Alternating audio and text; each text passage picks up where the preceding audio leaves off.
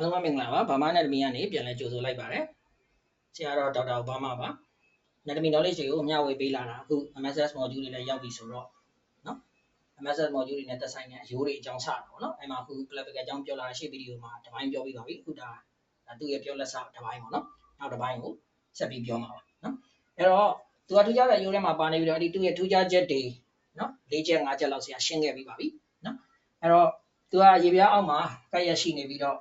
့ရေပြားကိုပေးတဲ့ nerve တွေပေါ့ cutaneous nerve လို့ခေါ်တဲ့ nerve တွေကသူ့ကိုပမာမခန့်နဲ့မထိလေးစားနဲ့ဒီလိုမျိုးဖြတ်သွားကြတာဖြစ်ပါတယ်တကယ်ဆိုရင်လောင်မုန်းတွေကအဲ့လို cutaneous nerve တွေနဲ့ဘယ်တော့မှနီးကပ်လိမ့်မရှိပါဘူးဘာလို့ဆိုတော့လောင်မုန်းတွေကကြွက်သားတွေအထက်ထပ်အုံမိုးပြီးတော့မှနေတာဖြစ်တဲ့အတွက်ကြောင့်ဒီလိုကြွက်သားတွေအထက်ထပ်အုံမိုးပြီးတော့မှနေတာဖြစ်တဲ့အတွက် cutaneous nerve လို့ခေါ်တဲ့အပေါ်ယံရေပြားကိုပေးတဲ့ nerve ချောတွေဟာလောင်မုန်းတွေနဲ့ဘယ်တော့မှလာထိလိမ့်မရှိပါဘူးထိလိမ့်မရှိပါဘူးเนาะဒီရိုးကြမှာပဲဒီလိုမျိုးလာထိပြီးတော့เนาะလောင်မုန်းဖြစ်လျက်နဲ့နော် cutaneous nerve တွေပမာမခန့်ဖြတ်ကျော်သွားခြင်းကိုခံရတာဖြစ်ပါတယ်။နော်လောင်မုန်းတွေကတကယ်တော့ deeply နေလေးရှိတယ်သူတကောင်နဲ့ဒီလို subcutaneous နေပြီးအပေါ်ယံကျပြီးတော့နော်ရေပြားနဲ့ကတ်တဲ့အတွက်ကြောင့်ရေပြားပေးတဲ့ nerve တွေကသူ့ကိုပမာမခန့်နဲ့ဒီလိုဖြတ်သွားတာဖြစ်ပါတယ်။နော်အဲ့ဒါလေးလည်းဒါထူးခြားချက်ထဲမှာပါတော့သူ့ထူးခြားချက်တွေကအရင်မေးတာဒီ6ချက်လောက်နော်5ချက်6ချက်လောက်ကပေါ့နော်။အဲ့တော့သူကဒါကတော့ sorry တဲ့ကြိုရှင်းပြီးတော့ပြီ this is only bone to touch the upper trunk နော် to touch the upper limb to the trunk ပေါ့နော်။အဲ့တော့သူကဒီရိုးပဲ upper limb ကြီးတစ်ခုလုံးကိုဒီ trunk လို့ခေါ်တဲ့ခန္ဓာကိုယ်ရဲ့ဗဟို axial skeleton ကြီးကိုတွဲချိတ်ပေးတာသူပဲ။ Okay ဒီရိုးကိုဖြုတ်ပြီးစဉ်းစားလိုက်မှဆိုလို့ရှိရင်ဒီမှာလက်မောင်းရိုးဒီမှာလက်ပြင်ရိုးပြီးသွားရင်လက်ပြင်ရိုးကနေတစ်စင်ဒီ axial skeleton လို့ခေါ်တဲ့ vertebral column 9ကြီးကိုဘာမှချိတ်ဆက်မှုမရှိဘူး။နောက်အဲ့တော့ကြောင့်ဒီရိုးကမရှိခဲ့ရင် upper limb မှာခုနရှင်းပြသလိုဘာ weight မှလည်းမထမ်းနိုင်ဘူးဘာ force မှလည်း transmit မလုပ်နိုင်နဲ့လက်ကြီးဖြစ်သွားမယ်။အဲ့ဒါဆိုဒီလက်မှာဘာမှအင်းနဲ့အားနဲ့လှုပ်ကင်လို့မရဘူး။ weight တွေဘာတွေမလို့မရဘူးအဲ့လိုအနေထားမျိုးတွေဖြစ်သွားနော်အဲ့ဒါကြောင့်မလို့ it is the key bone လို့ပြောခဲ့ပြီးသွားပြီနောက်ဒီအချက်ကလည်းသူ့ရဲ့ထူးခြားချက်ပဲ it is the only bone that attach the upper limb to the trunk ဖြစ်ပါတယ်နော်အဲ့တော့သူ့ရဲ့သဘောတရားကဘယ်လိုလဲလှုပ်ထားပြီးလဲဆိုတော့နော် weight transmission အတွက်လည်းဒါအရေးကြီးတယ်ဒါသူ့ရဲ့ function လို့လည်းပြောလို့ရတယ်ပေါ့နော်သူကထောက်တိုင်တစ်ခုလို့ပေါ့နော်နော်ထောက်တိုင်တစ်ခုလို့ပခုံးကိုဒီမှာပခုံးရှိတော့ဒီနေရာပခုံးဖြစ်သွားနော်ထောက်တိုင်တစ်ခုလို့ဒါထောက်တိုင်ပေါ့ထောက်တိုင်တစ်ခုလို့ပခုံးကိုလို့သူဆွဲကုတ်ထားတာဖြစ်ပါတယ်နော်ဒါကြောင့်မလို့သူ့ကိုစာမှာ against the prop နော် prop လို့ခေါ်တာနော်ထောက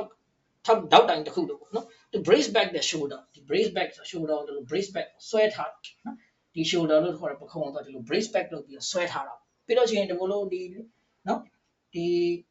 upper limb ကထမ်းလိုက်တဲ့ weight တွေ force တွေအကုန်လုံးပေါ့နော်အဲ့ဒီအကုန်လုံးကိုသူကဒီ weight transmission to the axial skeleton ကိုလုပ်ပေးတာလေသူပဲဖြစ်ပါတယ်ဒါသူ့ရဲ့ function ပေါ့နော်နောက်တစ်ခုကသူကကြွက်သားတွေဖုံးမထားဘူးနော်ဒီရေပြားအောက်မှာရှိနေတဲ့ဆိုပေမဲ့သူ့ရဲ့ဒီအပေါ်မျက်နှာပြင်နဲ့အောက်မျက်နှာပြင်မှာတော့ကြွက်သားတွေဖုံးထားတာမဟုတ်တွေ့ထားတာရှိတယ်ဖုံးမဖုံးအုပ်ဘူးနော်အခုရေပြားနဲ့ဓာတ်ရိုက်ထိတယ်ဆိုတော့သူ့ရဲ့အရှိအခုဒီမျက်နှာပြင်အဲ့ဒါဘာမှမတွေ့ထားဘူးနော်အဲ့ဒီအပေါ်မျက်နှာပြင်နဲ့အောက်မျက်နှာပြင်တွေမှာတော့သူကနော်ဒီ border တွေမှာတော့ဒီ border တွေပေါ့ဒီနေရာလေးတွေပေါ့ဒီဇောင်းလေးတွေမှာတော့သူကကြွက်သားတွေတွေ့ထားတာရှိတယ်နော်ကြွက်သားတွေတွေ့ထားတာတွေရှိပါတယ်အဲ့ဒါအခုအဲ့ကြွက်သားတွေအကြောင်းကိုပြောမှာဖြစ်ပါတယ်အဲ့ဒါကြီးမပြောခင်ကြွက်သားတွေကိုဒီမှာတွေ့ချိတ်ပြလိုက်ရင်ဒီပုံကြီးကကြွက်သားတွေဒီလိုဆင်းပြီးတွေ့လိုက်တဲ့အခါကျတော့ဒီပုံကြီးကဖုံးသွားတဲ့အခါကျတော့နည်းနည်းပြောရဆိုတာခက်မှာဆိုလို့ပေါ့နော်ဒီအောက်ဘက်ကဒီအယိုးဟာပေါ့နော်ကျိုးလွယ်သလားပေါ့သူကလည်းသူကျိုးတော့သူကစိတ်ဝင်စားတော့သူကျိုးသွားရင်အပတ်လက်မှာဘာမှသုံးဆမရတော့ဆိုသူကျိုးတော့သူကစိတ်ဝင်စားအဲ့တော့ဒီအယိုးကကျိုးလွယ်သလားပေါ့နော်ဒီကောင်ကကျိုးလွယ်တယ်ကျိုးလွယ်တဲ့အယိုးထဲမှာပါတယ်နော်အဲ့တော့ဘာဖြစ်လို့သူကျိုးရတာလဲဘယ်နေရာကျိုးလဲကျိုးရင်နော်အဲ့တော့ဒါကတော့ physics ပိုင်းတဲ့လူတွေဆိုရင်တော့ပိုတော့သိတယ်နော်ဘာဖြစ်လို့လဲဆိုတော့သူ့မှာရိုးရဲ့ပုံစံက curvature နှစ်ခုချိတ်ထားတဲ့ပုံစံဖြစ်တယ် curvature နှစ်ခုပေါ့မတူညီတဲ့ curvature နှစ်ခုချိတ်ထားတဲ့ပုံစံဖြစ်တယ်တစ်ခုကကြတော့ဒီအရှိဘက်ကိုဒီလို curve ပေးထားတယ်တစ်ခုကျတော့အရှိဘက်ကိုအချိုင်ပေးထားတယ်တဘောကတော့ဒါ concave ပေးထားတာ convex ပေးထားတယ်နော်အဲ့တော့ medial ဘက် 2 third ကအရှိဘက်ကိုငေါဖောင်းနေပြီးတော့ lateral ဘက် 1 third ပေါ့နော်ဒါ lateral ဘက် 1 third ပေါ့ဒါ medial ဘက် 2 third ပေါ့နော် m 2 third ပေါ့ဒါ l 1 third ပေါ့နော်အဲ့တော့အဲ့ဒီလိုအခုံးအကွေးမညီတဲ့အယိုးမျိုးဖြစ်နေတယ်သူ့ရဲ့ထူးခြားချက်ကဘောကကြည့်လိုက်ပိုသိတာနော်အဲ့တော့ဒီ curvature နှစ်ခုက junction ဖြစ်တဲ့ဒီနေရာဟာ physics သဘောတရားအရဆိုလို့ရှိရင်ဒါအနေရရှိတဲ့နေရာ။ဘာလို့ဆိုဒီနေရာမှာ weight ထမ်းရတဲ့အယိုးလည်းဖြစ်နေတဲ့ခါကျတော့ weight of transmission တနည်းအားဖြင့်ပြောမယ်ဆိုလို့ရှိရင် change of နော် weight transmission direction change ဖြစ်တာ။ဘာလို့ဆိုတော့ weight ကဒီလိုလာပြီးမှဒီနေရာကိုပြန်သွားရတဲ့ခါကျအဲ့ဒီနေရာ weak point ဖြစ်သွား။နော်အဲ့ဒါကြောင့်မလို့ဒီယိုးမှာကျိုးတတ်တယ်ကျိုးလွယ်တယ်ကျိုးမနေရာဒီနေရာပဲ။နော်ကျိုးရတဲ့အကြောင်းရင်းတွေကဘာဖြစ်လို့လဲ။သူကမတူညီတဲ့ curvature နှစ်ခုကိုပေါင်းစပ်ဖြစ်ပေါ်နေတဲ့ curvature တစ်ခုmedial 2 third ကအရှိကို convex ဖြစ်တယ် lateral one third ကအရှိကို concave ပေးထားတယ်အဲ့ဒီမတူညီတဲ့ curvature နှစ်ခုပေါင်းစပ်ဖြစ်ပေါ်တဲ့အယုတ်ဖြစ်လို့ကျိုးနိုင်တယ်လို့ကျိုးမှာလည်းအဲ့ဒီ curvature နှစ်ခုရဲ့ဆက်တဲ့နေရာခုထောက်တဲ့နေရာဟာကျိုးမှာကျိုးဖို့လွယ်ဆုံး physics သဘောတရားကြည့်မှဒီလို change of direction of weight transmission ဖြစ်တာပေါ့ဘာလို့ weight ကဒီလိုလာပြီးတော့ဒီဘက်ကိုပြန်သွားရတယ်အဲ့ weight transmission ဖြစ်တဲ့အချိန်မှာအဲ့ဒီယိုးကျိုးဖို့လွယ်သွားနော်အဲ့တော့မိသားကလေပင်ဆိုသလိုအဲ့ဒီ weight transmission ကို change ဖြစ်တဲ့နေရာမှာပဲပို့ဆိုတာကဘာလဲဆိုတော့အပေါက်တစ်ပေါက် NVIDIA ဘက်ကလန်ကြည့်လိုက်ပါနေအဲ့ဒီပေါက်ကဘာလဲဆိုတော့အဲ့ဒီအယိုးကိုပေးမဲ့ nutrient artery လို့ခေါ်တဲ့အယိုးကိုပေးတဲ့ blood vessel ပေါ့နော်အယိုးကိုပေးတဲ့ blood vessel ဝင်မဲ့ဒါ blood vessel လေးဆွဲပြတာ blood vessel လေးဝင်မဲ့အပေါက်ဖြစ်အယိုးတွေကသူတို့ပေးမဲ့ blood vessel ဝင်တဲ့နေရာမှာအယိုးရဲ့ density ညော့နေတယ် density ညော့နေဆိုတော့ blood vessel ဝင်ပြီးတော့သူကအထက်ရောက်တာနဲ့အဲ့နေရာတွေမှာသူကဒီလိုဖြာထွက်သွားတော့ဒီလိုတွေဖြာသွားတော့အဲ့နေရာမှာ calcium တွေပါတယ်တိတ်မရှိပဲ blood vessel တွေများတဲ့ခါကျတော့ weak point ဖြစ်တယ်နော် calcium deposition တွေပါတိတ်မရှိပဲအယိုးရဲ့ pingo structure အဲ့နေရာမှာနည်းနည်းdensity ရော့ကျသွားတဲ့နေရာဖြစ်တော့ပိုးဆိုးသွားတယ်မိလာကလေပင်ပေါ့အဲ့မှာ nutrient foramen ကလည်းအဲ့နေရာတဲ့မှာသွားရှိအဲ့တော့ဒီယိုးကကျိုးပြီလေဆိုလို့ရှိရင်အဲ့ဒီနေရာဒါကို point of fracture of this bone လို့ခေါ်တယ်နော်ကျိုးတယ်အဲ့မှာမှပို့ပြီးတော့ပြဿနာကဘာပြီးလဲဆိုတော့အခုဒါ muscle တွေဆွဲပြလိုက်အဲ့ပြဿနာကတော့ချက်ချင်းမြင်သွားမှာနော်သူ့ရဲ့ဒီနော်ဒီအယိုးမှာ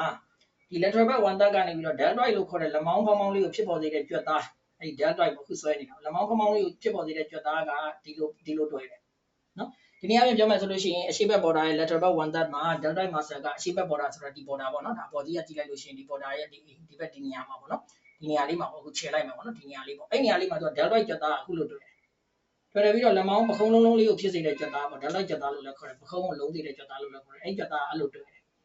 ်တွေ့ထားတယ်အဲ့ဒါကတစ်ပိုင်းနော်အဲ့ဒါ deltoid ကြွက်သားအရှိဘက်မှာတွေ့တာပေါ့နော်ပြီး medial back to third မှာ pectoralis major ဆိုတဲ့ကြွက်သားဒီဘက် medial back to third ဒီနေရာပေါ့နော်ဒီနေရာလေးကိုတူဆက်ချလိုက်ဒီနေရာမှာကျတော့ pectoralis major လို့ခေါ်တဲ့ကြွက်သားကတွေ့တယ်နော် pectoralis major လို့ခေါ်တယ် P major လို့ခေါ်တဲ့ကြွက်သားပေါ့နော် P major လို့ခေါ်တဲ့ကြွက်သားကြီးကသူကအကြီးပဲသူကဒီနေရာတွေကိုလည်းလာတယ်သူမှာ head တွေရှိတယ်ပေါ့နော်ဒီလိုသူကအကြီးပဲဒါကတော့ clavicle ကိုတွဲတဲ့ clavicular head ကိုပြောတာနော်တခြားဒီဘက်ကိုတွဲတဲ့ head တွေရှိသေးတယ်ဒါသူကအကြီးပဲ fan shape ကြွက်သားကြီးရင်ဘက်မှာရင်ဥကြွက်သားလို့လည်းခေါ်တယ်နော် gin ဆော့တဲ့လူတွေဆိုအဲ့ဒီကြွက်သားကြီးစီးထားနေတာပဲသူကဒီဘက်တွေလည်းတွေ့တယ်နော်သဘောတရားဆိုဒီဘက်တွေလည်းတွေ့တယ်ပေါ့ဒီကဒါကတော့ခဏထားသူကြွက်သားလာမှတေချာပြောတယ်အခုလောလောဆယ်ကဒီကိုတွေ့တယ်နော်အဲ့တော့ဒီအရှိဘက်မှာကျမှဒီနေရာမှာက P major တွေ့တယ်ဒါ pectoralis major တွေ့တယ်နော်ဒီနေရာမှာက deltoid တွေ့တယ်နော်ဒီနောက်လေးပဲရေးလိုက်တော့ဒီနားမှာ DEL DOID ဒီနေရာမှာ deltoid တွေ့တယ်ဆိုတော့နော်curvature မတူတဲ့နေရာမှာ muscle တွေကလည်းမတူညီတဲ့ direction လေးနဲ့တွေ့ထားကြဒါလေးလည်းသတိပြုစေရနောက်တစ်ခုကပို့ပြီးတော့ပြဿနာဆိုးသွားသေးတာကဘာလဲဆိုတော့ဒီ vertebral column 9ရဲ့ဒီလိုမျိုး transverse process တွေကနေလာတဲ့ဒါ transverse process လို့ခေါ်တယ် vertebral column 9ပါဒီ transverse process ဒါအပေါ်ဆက်ဆွဲရမှာဇေယနေရာမဆက်တော့လို့နော်ဒီ transverse process တွေကလာတဲ့ trapezius လို့ခေါ်တဲ့ကြွက်သားပေါ့ trapezius ဆိုတဲ့ကြွက်သားဟာသူကဒီဂုတ်ကနေဆင်းလာတာအခုဆရာတို့ပြတယ်ဒီဂုတ်ပေါ့အဲ့ဂုတ်ကနေသူဆင်းလာပြီးတော့အဲ့ဒီ trapezius ကြွက်သားကကြတော့နော် posterior border ဒီနောက်ဘက် border ပေါ့နော်ဒီနောက်ဘက် border ရဲ့အခုဒီမှာပြလိုက်မှာပေါ့နော်ဒီနောက်ဘက် border ရဲ့ဒီလိုနေရာကိုတွေ့တယ် lateral one third ကိုတွေ့တယ်ဒါက trapezius ပေါ့ဒါ trapezius တွေ့တယ်ဒါ trapezius ကဟိုးပေါ်ဆင်းလာပြီးတော့ဟိုးပေါ်ဆိုတချို့ fiber တွေဆရာဒီလိုဆွဲလိုက်မယ်နော်ဟို attachment ကလည်းခက်တယ်ဆိုနော်အဲဆိုတော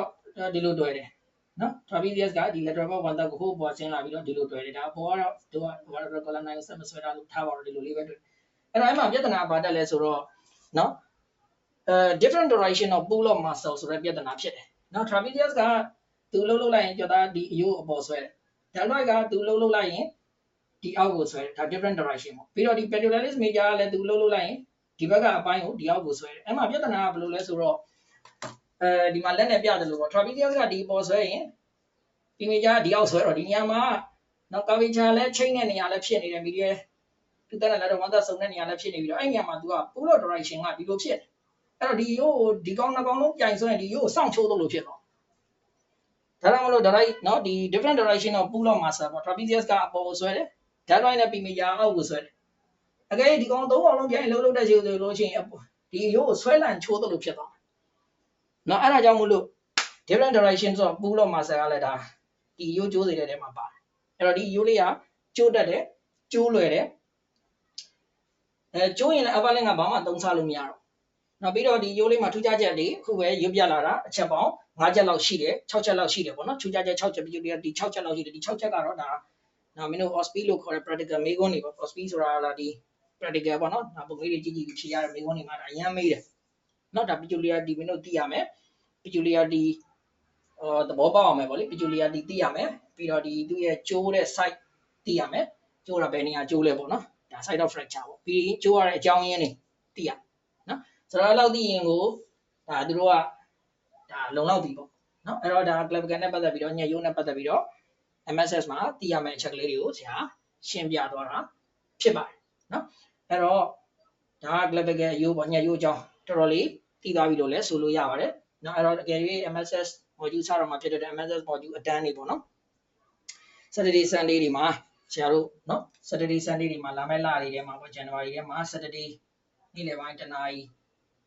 ခွဲလောက်ကနေပြီးတော့ပေါ့နော်တနာရီလောက်ကပဲစတာလည်းဖြစ်ပါတယ်တနာရီခွဲပေါ့နော်အဲ့ဝင်ကျင်ကနေပြီးတော့ဆရာတို့ညနေ3နာရီခွဲလောက်ထိပေါ့နော် PM တွေပေါ့အဲ့မှာ Saturday Sunday တွေမှာ MSS module အတန်းတွေစတော့မှာဖြစ်ပါတယ်ဆိုတော့အဲ့မှာအကြိမ်